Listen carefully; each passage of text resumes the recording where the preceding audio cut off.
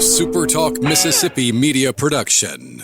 If you're feeling anxious about your investments with all the economic volatility and chaos in Washington, tune in to SuperTalk Jackson on Wednesdays from 9 to 10 a.m. and Sundays from 8:30 to 9:30 a.m. for Element Wealth Radio with Jeremy Nelson. Learn more at myelementwealth.com. I'm Steve Azar, and I'm on the other side of the microphone, meaning I'm asking the questions this time, and oh, have mercy for the airwaves. I spent 20 years in Music City, wrote and made some hits, traveled the world, and then moved my family back to the birthplace of American music and where the magnolia trees prosper. And now every time I put my feet on Mississippi soil, when I'm off the road, well, I'm at peace. On this show, it's all about hearing the stories straight from the mouths of the friends I've made along the way, their journey to success. Heck, there might be someone on, I don't even know, but you know how us Mississippi types are. We tend to take well to new company. In a Mississippi Minute, all 60 of them. I'm Steve Azar. It's just like that muddy river, moving slow.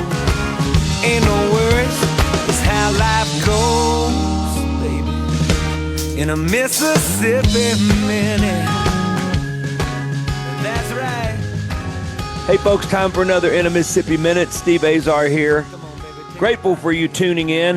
Welcome to Mississippi. Be able to visit Mississippi.org, celebrate the birthplace of America's music. I can tell you today's guest, when I was a kid growing up, teenager, beyond, I couldn't wait to see this man on stage at the Delta Blues Festival, wherever it was, crossing over state lines.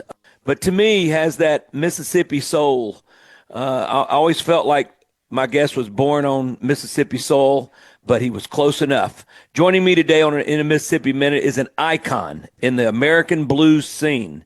He's a Grammy-winning composer, record producer, and singer, guitar player whose style incorporates a mix of blues, rap, and funk. Bottom line is one of the best entertainers you will ever see hit the stage. Born and raised in Homer, Louisiana, he began playing music at a very young age. His father was a pastor whose guitar and harmonica playing heavily influenced him at a very early childhood. He began experimenting with music using a sugarcane syrup, as some of you say, or I say syrup bucket, and a broom wire diddly bow.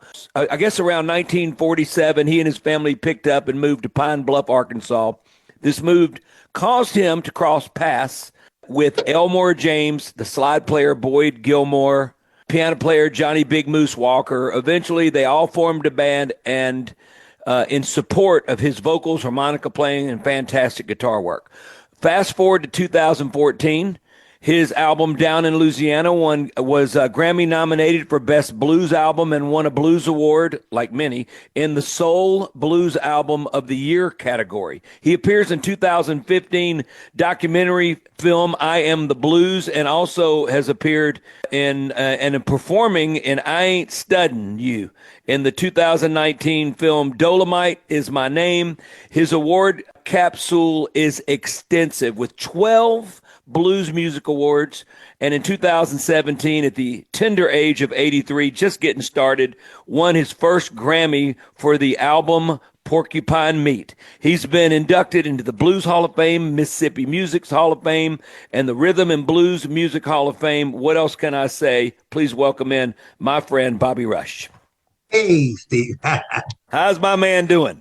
Man, it's so good to see you, man. Good to know you're doing all right. You just left me from the hotter climate to hotter climate. I love it. I love it. I love it. Well, yeah. You know, Bobby, you look fantastic. I say that all the time.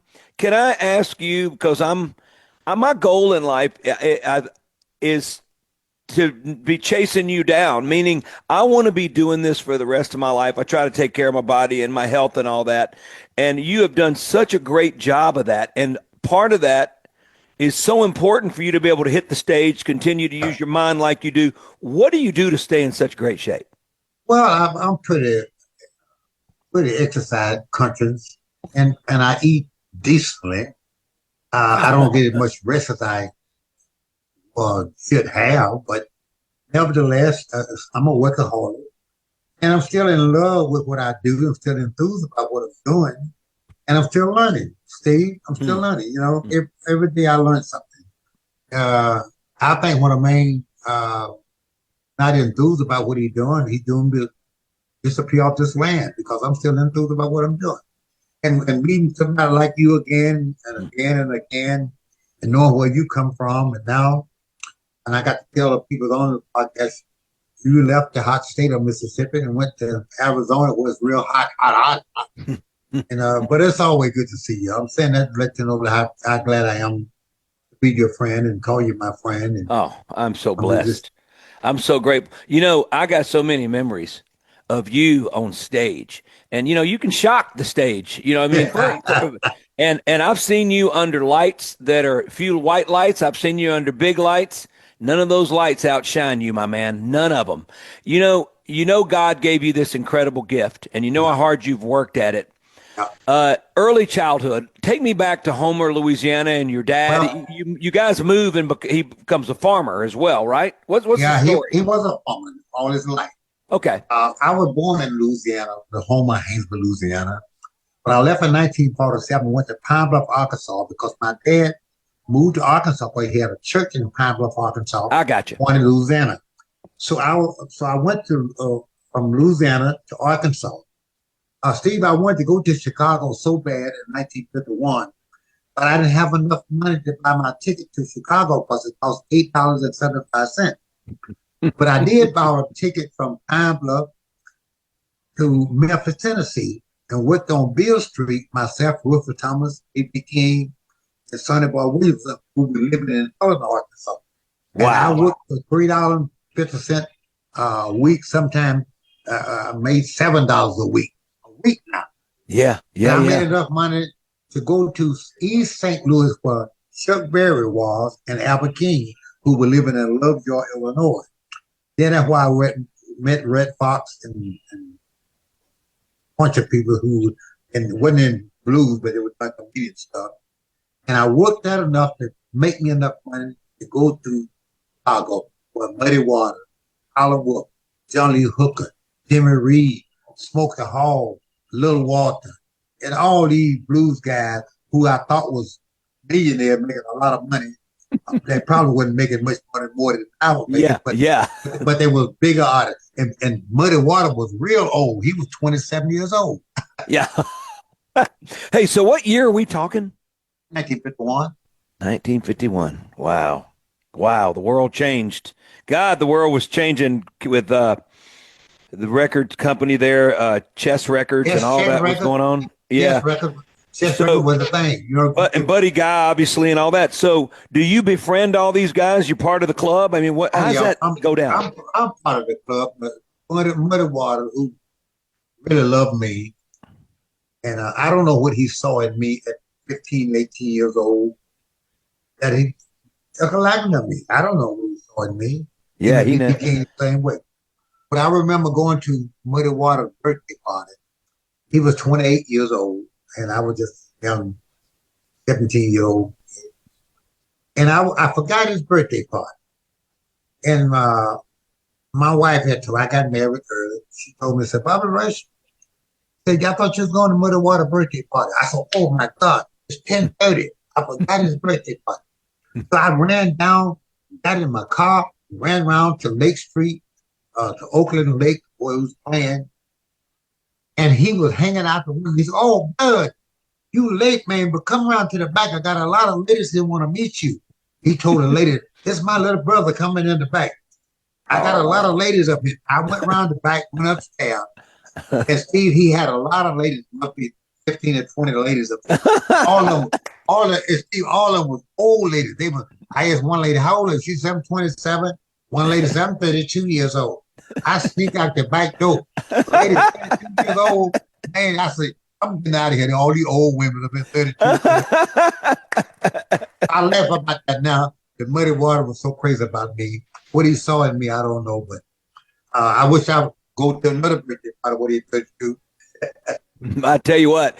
I mean, Bobby, you guys I'm humbled to be talking to you, because when I was doing it at a very young age, 11, 12, 13, 14 years old, sneaking in some of these juke joint houses, my dad had the first illegal liquor store in Mississippi, and that's where it was Eugene Powell. And Sonny Boy, I went back there, and postmen were sitting on Pepsi crates at the end of their workday. I was in my baseball uniform, 10 and a half, 11 years old, and whatever happened at that moment for me, it was so earth-shattering, earth-shaking, not shatter, earth-shaking.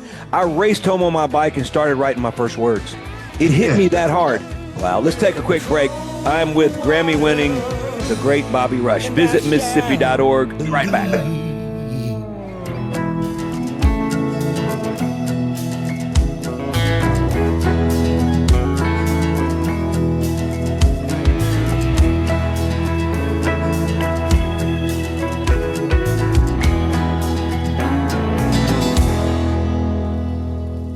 Your next customer is searching online right now. Will they find you or your competitor? If your website is outdated, slow, or hard to use on a phone, you could be losing business every day. SuperTalk Mississippi Media builds sharp, mobile-friendly websites that look great and work even better, and they're more affordable than you might think. We can drive customers to your new website with powerful radio commercials and targeted digital ads on Facebook, Google, TikTok, Hulu, and more. Call SuperTalk Mississippi Media at 601-991-2305 or visit stmmdigital.com.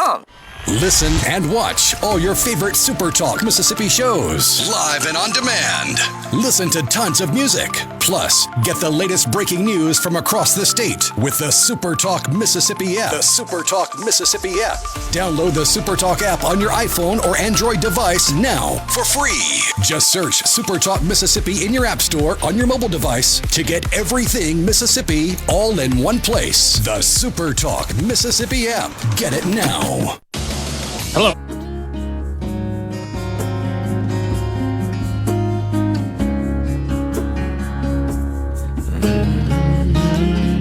Won his first Grammy for the album Porcupine Meat. He's been inducted into the Blues Hall of Fame, Mississippi Music's Hall of Fame, and the Rhythm and Blues Music Hall of Fame. What else can I say? My friend Bobby Rush. I just think about you guys in this big pot of energy and music that changed the world. I mean, you understand the impact that you have made on me and so many others who have gone off to make a career out of this and make a life out of it, and we love it so much. But do you ever sit back and just go, what? I know you're the humble type, but I also know you're competitive, and I also know you like to rock. So forget all that. But do you ever just think about what you've given to all of us? No, I lately, last week, I was with Morgan Freeman doing the thing when the movie Center came on. It just dawned on me just lately what impact did I have on people, because I had such a great uplift in my heart for people who's in position. Sometimes they were older, sometimes they were younger, and it just impressed me. Even you're a younger guy, but you impressed me. I remember going by your house, and I still remember the big dog in the house, and all these things, all these kind of things. Because I didn't tell you then, but I had a dog when I was a kid. His name was Buzo. Your dog looked like my dog Buzo. Wow! And I didn't say, and I always look at him and think about when I was a kid, my dog Buzo. Yeah.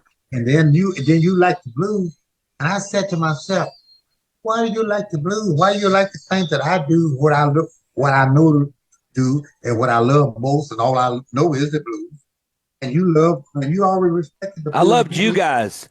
I loved how it came out of you guys. I loved how it mattered. There was significance in every if, and but, and why. And also your ability to entertain with one instrument sounded like a choir, a band. It was so unique. And I knew that, Bobby, there was always going to be this blues influence, but I knew that I had to find my path. And it was a little bit more on the folk rock, blues, countryside, and all of that. And I just needed to figure out my honest self. And I love the word part of it. So it took me a long, long, long, long time to finally write that song, which Morgan Freeman was in that video, Waiting on Joe. It took me a long time to go, oh, that's who I'm supposed to be. And I still wasn't smart enough to realize that that's what I was supposed to be. But it was a pivotal moment, and I was able to reflect on it enough. And enough people like you told me, Steve, that's who you are. And I'm like, what is that? And so then it started to hit me. And the more I started making my own records, producing my own records, playing a lot of the stuff, the more I found myself. But it wouldn't have been fair for me to go, I'm this blues act. You guys lived the life of that. And my life was different. And I wanted my life to represent as authentic as y'all's. And the only way that could be is I had to truly find my identity. And that way, when you say that, you make me feel so about what you're saying about the music and the people who do it. At least you're giving credit to where it's come from, because your blues it's not a black and white issue with the blues. Sometimes I see guys now, especially the black guys, say, "I'm going to play this because I think it's what white people like. I'm going to play like this because I think it's what black people like." I play good music, hope everyone like it. It's not a black and white issue with me. About the music, about the blues, man, because a lot of people talk about every person, what he was on, what he stood for, and this and that. But I said now, and he's passed on, he was my friend, and he was a guy who loved the blues and loved people who do the blues. Same way with you, man. And I would take it, and I got some people out here still love the blues, may not tell where the blues come from, or who did it, or what ground it come from. It would not make no difference about that. But the main thing, when you do the blues, do it in a way that you love it and you understand it and make it your blues. That's what you have to do. So Elvis gave credit to where credit was due, right? Yeah. So you and Elvis and he loved the blues, man. He loved church. He loved the blues and all that. So with you and Elvis and BB, and I mean, like these times when y'all were all together, I mean, what was that like? Oh God, I remember whenever Presser was. I went to Missouri one time, 1958 or 59, and that was a place we played in the college, and that was a mark on the floor that I had to stand in, and a chain or have some springs from the ceiling to the floor for me to stand in, and I couldn't get out of the circuit, and certainly couldn't test the spring with my hip. Without suggesting to the white audience that I was shaking my butt or what happened. but every person went to them, told them, so listen, if he can't do it, I won't do it. And he stuck up for me. Wow. Wow. I tell it everywhere I go. Wow. That's cool. If I can't shake my booty, Bobby Rich can't shake his booty, I won't shake mine. I got to tell you, I've seen you shake your booty a lot in my lifetime. I just want you to know that. It's beautiful. It's a beautiful thing. But I say that but I'm not just about to shake your booty. It's about I know. Of course. Of course. It's not, I don't want people to think that's all I'm about. No, Bobby. Hey, Bobby, you and that guitar sitting there, standing there, whatever it is, it's electric, and you get everybody else shaking inside, and I know what's going on in you. You're erupting. Because music has always done that. It did it to you in the beginning, and all you were doing was let happen what happened. There ain't nothing contrived or made up. That's what was happening to your body while you were making music, and that's what's always been the case. It's always been. That was the case, That was the case of my life, And I'm blessed enough to be around long enough to learn that I don't know anything. When a man tell what he know, he won't talk. My uncle man don't know that. No. But I know one thing. I love you. You can't do nothing about it. That's exactly right. I'm going to use that when I get in there with my wife, Gwen, in a minute and see what she says. I'm going to report back. So Bobby, you're built to tour. And BB was built to tour. I've done some dates. I spent a long time on the road, almost about 9-10 months on a Bob Seger's tour for a long time. Right. And he comes and goes because he'll do a big tour, big arenas and all that. But Willie doesn't stop. You don't stop. You don't stop. So where do you find the time to be? What do you time to find to be creative and to make that next record? All the time. I just recorded 17 songs. I shouldn't be talking about it. I'll tell you this. 17 songs I just recorded with Kenny Wayne Shep and myself last week. Wow. And most of the time when I'm writing, I'm alone, don't have a pencil, I drive it, well, I don't have nothing to write on. I had to stop, go to the bathroom, and I take toilet tissue and write on it. You know what we do. I know the game. I Get know. back home, spread it out. Hey, man, you always It's like a puzzle. Everything come when you don't have anything to write on. But the things come like that. So that's the way it comes, you know. Are you still feeling creative? I mean, like more than ever. God, yeah. And the world, to me, as I get older, the world makes more sense to me. It's clear. My thoughts are clear. What I see and visualize are clear, easier. It's almost like the pen grabs my hand rather than me grabbing the pen. That's these it. days.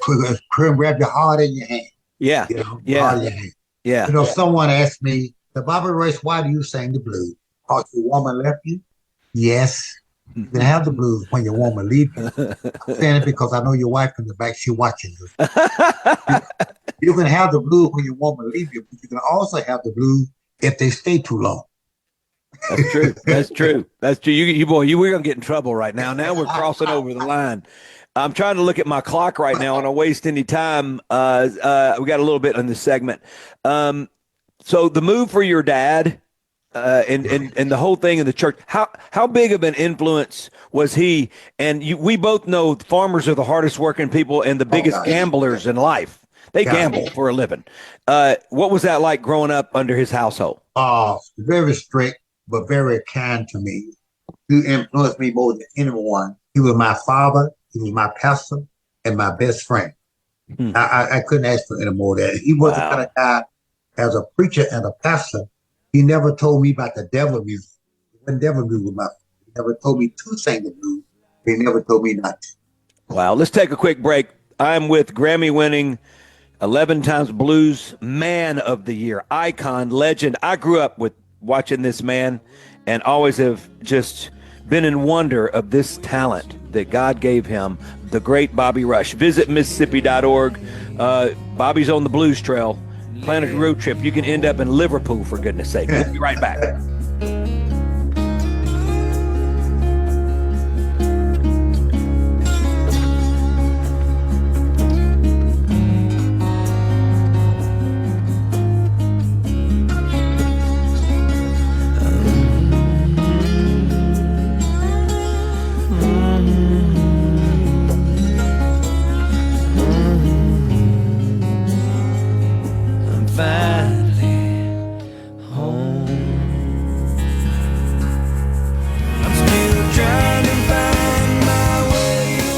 $20,000 available for first-time home buyers. Hey folks, Steve Azar here. Helping is the heart of our friends at Guarantee Bank. They offer programs like the Home Buyer Equity Leverage Partnership Grant that can assist qualified first-time home buyers with up to $20,000 towards down payment and provide home ownership counseling to empower you on your journey. These funds are first come, first served. Learn more about this program and to apply now, go to gbtonline.com. Guarantee Bank, member FDIC.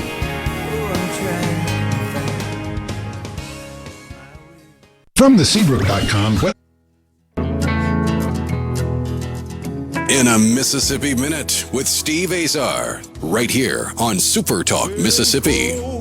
Water, and we're in too deep.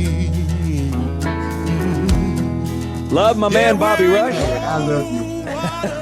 Grateful for God, these two, buddy. Visit Mississippi.org allows me to have these wonderful conversations into my 9th year. And as a music and culture ambassador of Mississippi and author of our state song, and Bobby Rush contributed his beautiful self to one of the cameo videos we did, him and Morgan, and so many great, Dorothy and Cedric, and it was awesome. Marty, you name it, everybody was involved. So you can check out that online. But Bobby, it's to me, you're just getting started. Yeah. Now, 83 years old, you finally win your Grammy. Tell me about the feeling. Well, you know what? My attitude about when you get nominated, you're a winner because you're in the range of being nominated. And at 83, it was a long time, but it's better late than never. So I'm just thanking God that I'm living long enough thing to come back around. Life is like a wheel. You put a mark on it and you roll it down a hill. And sometimes your mark will come back to you, sometimes it won't. But I'm the best man who my mark that came back to me 7 times. So I'm just the best man to still be around doing what I'm doing, thinking what I'm thinking, and remembering what I remember because I have 349 records now. And you know, Steve, I can remember at least 350 of those songs today. And that's a blessing for me. 300. How many? How many? Say that one more time. 439. 439 records. Full-length albums. And it was 73 albums. 73 albums. 73 albums. So 430. So 73 albums. Yeah. Wow. And so Porcupine Meat, what was that inspiration behind that record? Well, I would talk about a woman that you're in love with. You love her more than she loves you. You know you need to leave, but you can't leave because you like what she do to you. That's Porcupine Meat. Too fat to eat, too lean to throw away. Because you know you leave her, somebody else going to have her. And you can't stay with her because there's too much grouch going on around the house or whatever. Yeah, because you don't have enough money to do what she needs to be done for her. So you have one hand over here and one hand over here. So I love it. Damn if you do, and damn if you don't. Damn if you do, damn if you don't. Yeah. Let's talk a little bit about instruments in your life. Yeah. You know, I rarely see you or see those lips of yours because you got the harp on them, and you carry your box of harps. You got your guitar. What are those your go-to when you're writing, or do you mess around with other instruments? With a bass, I'm a bass player, and I kind of write around bass player. I write around bass lick, kind of drum is kind of the beat, you know, and the guitar is a second line to it. Did you ever record Muscle Shoals with those guys back in the day? I recorded Muscle Shoals. I didn't do but 3 songs. What did you do with those guys? You know, all the guys like David Briggs and David and Henderson. Sure. How'd that go for? How'd you feel about it? Oh, I felt good about it because I wanted to be in a house where Aretha Franklin was recorded, people like that, the soul people. I wanted to get some of that soul in my heart in the same room, not knowing that it wasn't a room. It was people who was doing something in the room. But I just wanted to be inside of, have my name attached to where the big guys came from, you know? Yeah. Was there ever a period or a song or a moment that you always reflect on that was so pivotal that had to happen in your life to continue on? Yeah, Chicken Heads. When I did Chicken Heads, it came by because when I did Chicken Head, Calvin Carter, who had VJ Records, Mr. Jones, asked me about doing a record. I said, I have a record I want to do. But what's the name of it? I said, Chick Head. And he said, no, we can't do no record like Chick Head. But that was too, across the board. Yeah. And he said, you from down south. Y'all eat chicken head down there. And they laughed about it. I said, yeah, I do. He said, well, Mr. Jones asked me, he said, how your song go? I said, told me I was dying in bed. Give up your heart, but don't you lose your head. You came along, girl. What did I do? I lost my heart. My head went too. He said, oh, yeah. Which had nothing to do with chicken. He said, but we got to have a B-side. I said, I got a B-side. So he asked me, so what's the B-side? So I didn't tell him because they had laughed at my song, Chicken Head. So took me 20 minutes. The guy asked me later, said, what about the second song you gonna do? We're gonna do a B-side. I said, I got a song. He said, what's the name of it? I said, Mary Jane. He said, oh yeah, we could do Mary Jane. I had this girl did me wrong. Which I wasn't talking about a girl at all. I was talking about Mary Jane from Reaper getting high, The guy didn't know what I was talking about. So I got me some guys. They don't know what I'm talking about, So anyway, I cut the record. They didn't like the record. But in 6 weeks, I had the #1 record at that time. I had the #1 record. James Brown had the #2 record. Wow. River had the #3 record. Beat them guys out at that time. Wow. #1 record, across the black radio. Yeah, I know. I remember. So that was obviously important. You get a lot of mileage when you have those hits. It gets it sets you free for a while. That sets you free for a minute. Yeah, for a minute. Yeah. All right. Let me ask you. You got a lot of highs. The moments are important. What about the lows? And then because you and I both know this career is long. I went through throat surgery, record label. I was on a roll. Record label decides they're up for sale. I mean, all these momentum change. We get momentum, and it seems to get ripped out from under us a lot. Where was your lows in life? I had a lot of lows, but it was temporary lows. You get it. You go to places up until 1984, 85, and even beyond that. When I won my first Grammy at 83, I thought I'd never go win a Grammy because I've been at bigger records that sold more records than the record that I won a Grammy on. But I was just encouraged by I would never count it in. But then when I look at James Brown, when I look at Wilson Pickett, when I look at Tyrone Davis, Johnny Taylor, some of these guys never even been nominated, but they had big gold records. Yeah. And so I look at myself and I think about what it could have been. I'm so thankful for what it is. So I was a blessed man to be still enthused about what I'm doing. And still, a man can live a long time, Steve, without water or food.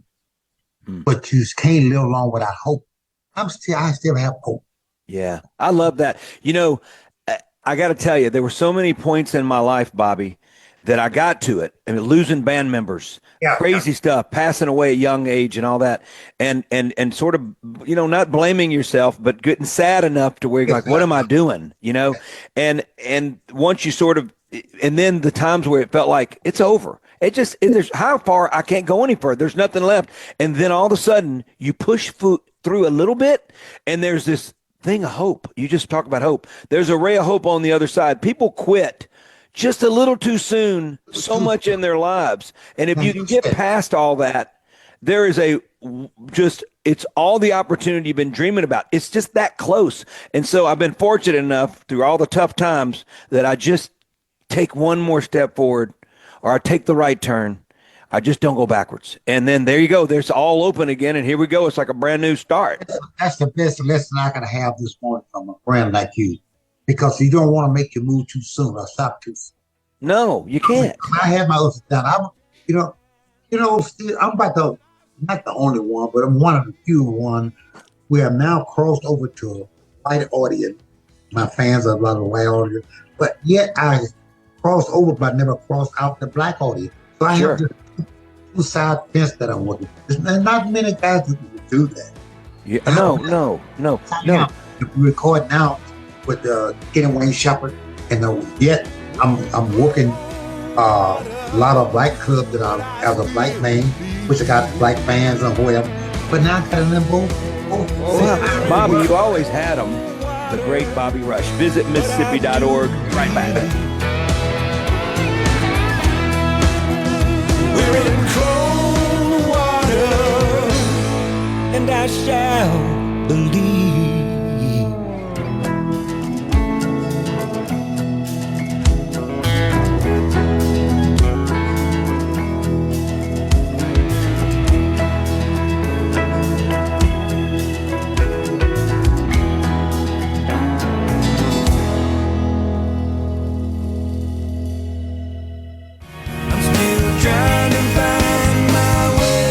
Up to $20,000 available for first-time home buyers. Hey folks, Steve Azar here.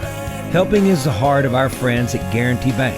They offer programs like the Home Buyer Equity Leverage Partnership Grant that can assist qualified first-time home buyers with up to $20,000 towards down payment and provide home ownership counseling to empower you on your journey. These funds are first come, first served. Learn more about this program and to apply now, go to gbtonline.com. Guarantee Bank, member FDIC.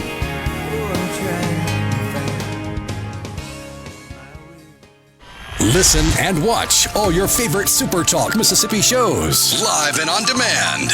Listen to tons of music. Plus, get the latest breaking news from across the state with the SuperTalk Mississippi app. The SuperTalk Mississippi app.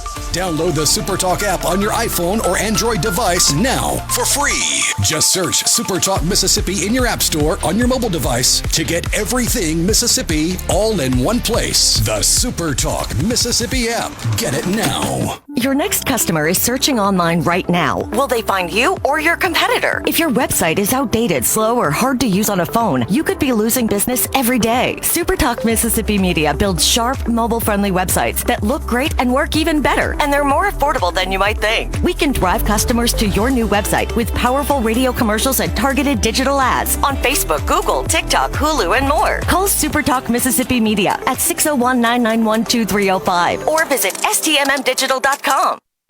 Roger's dad.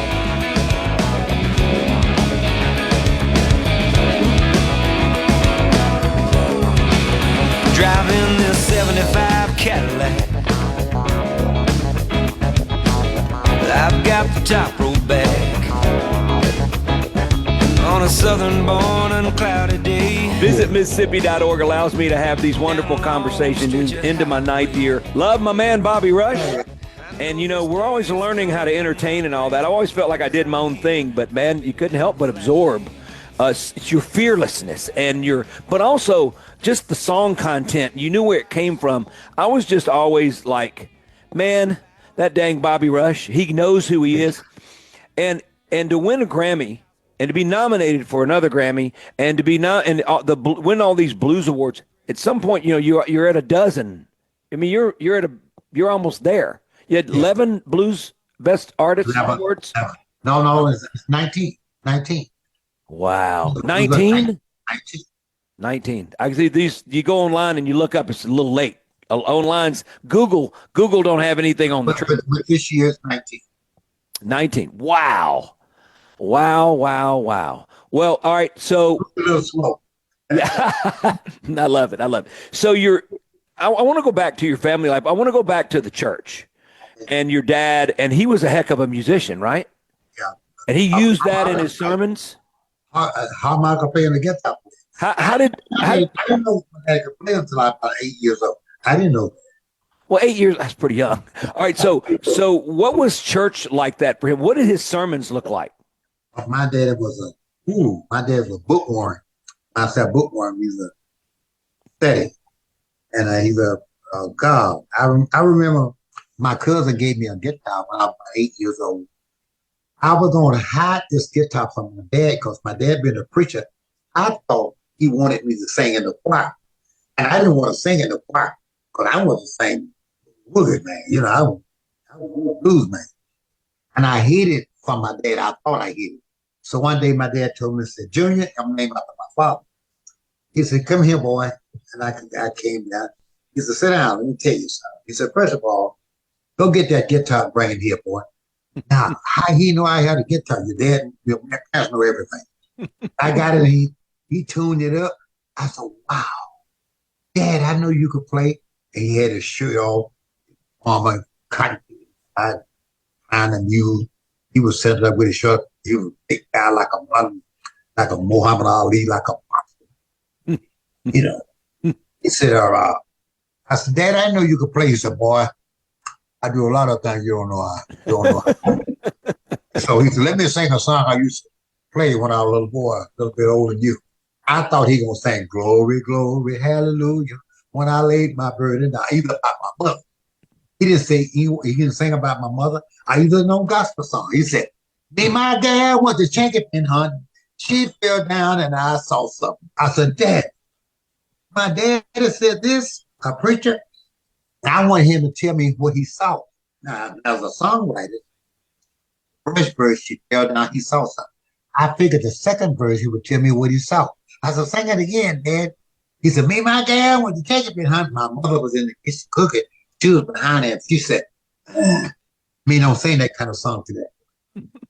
He went to sing it again. He said, me, my gal, went to take it behind. I said, Dad, here come mama. He fell down, and I kept running. That's all I even know about the song. I said, I'm going to write you a song. I'm going to tell what I saw, what I see. I'm going to tell the size of the woman, what she fat or she skinny or whatever. We call that, in Nashville, we call that furniture. We write now anything you can see, feel, hear, touch, and emotion, bacon and eggs, whatever it is, that's furniture. Put a lot of furniture in the song. Yeah. If you want to furnish the whole house. That's exactly. I love it. But I want to say before I leave off this center, let me thank you, first of all, for what you have done, what you've done, what you plan to do, because what you say about me in this interview and other ways about my music is what people perceive me to be. So thank you, Steve, for what you have done. Are you kidding me? Are you kidding me? This is the greatest thrill. I have just admired you, like I said, my entire musical life, which was started at 10 and a half years old. And, my brothers did, and my sisters, and just you had this just incredible reputation as an entertainer, as a songwriter, as a person who could get along with the people, and the whole world starting to figure it out. You know what I mean? They've started to figure this out. And I know you're big overseas, and I know you're big and all that, but I can tell you've been big in my mind and big in my heart since I was a little boy, and this has been an honor to have you on my show. Well, thank you so much. You're the best, my man. We got to get together and do a little jamming. We got to get together. We don't get together, so I got you have my contact. We'll get in touch. We got it. You're good. Bless you, my friend. Thank you so much. Okay. Visit Mississippi.org. Check it out. Plan a road trip. Have one for a weekend. I've been on with Grammy winner, the blues world champion, like Muhammad Ali. This man is the man of the blues, Bobby Rush. I'm so grateful for him. You guys have a great weekend. We'll see you later. I'm Steve Azar. In a Mississippi Minute, all 60 of them, where you can take your sweet time.